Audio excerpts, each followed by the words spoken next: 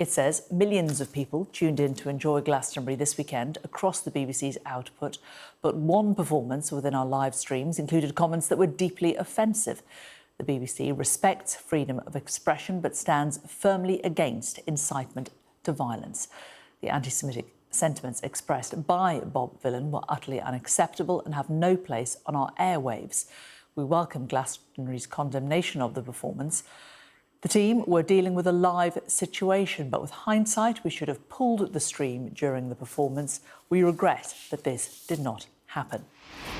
Well, our correspondent Ashna Horinag is following the story for us. Ashna, the BBC's wording, they've expressed regret. Does this fall short of an apology? Well, I think many people will be analysing those words. It starts, that statement, doesn't it, with millions were watching, and that's the issue here. So many people were watching the moment that happened live, but also on television through a live element, and yet that stream was allowed to continue. I think this is very much the hangover that Glastonbury organisers were not expecting to happen after the festival was attended by some 200,000 people, and now the Prime Minister and also those ministers that work alongside him also weighing in. We've heard from the Prime Minister's spokesperson in the last few moments saying that they strongly condemn the chanting, that those inciting violence should not have a platform. He's asking the Prime Minister for an explanation of how those scenes came to be broadcast. And we also have heard from the spokesperson that the BBC's update this morning, and following the fact that the Ofcom,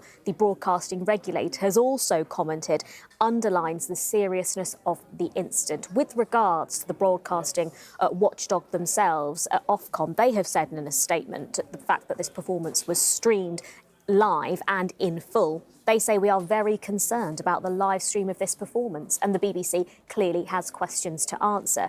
We, they say, have been speaking to the BBC over the weekend and are obtaining further information as a matter of urgency, including what procedures were in place to ensure compliance with its own editorial guidelines, despite the fact that festival organisers also condemned this act. They said that Glastonbury has no place for anti-Semitism, but hate speech or the incitement of violence. Yesterday, interestingly, one of the members of the band themselves took to social media with a selfie of themselves reiterating those lyrics, essentially doubling down on the message that they were trying to portray. At the heart of all of this, though, questions key for the BBC. What due diligence did they carry out before this performance was streamed, given that the band is known for politically charged material, and given they were appearing too just before the Irish group Kneecap are due to be performing as well. The BBC, as you have reiterated in that statement, have described that performance as deeply offensive, and in hindsight,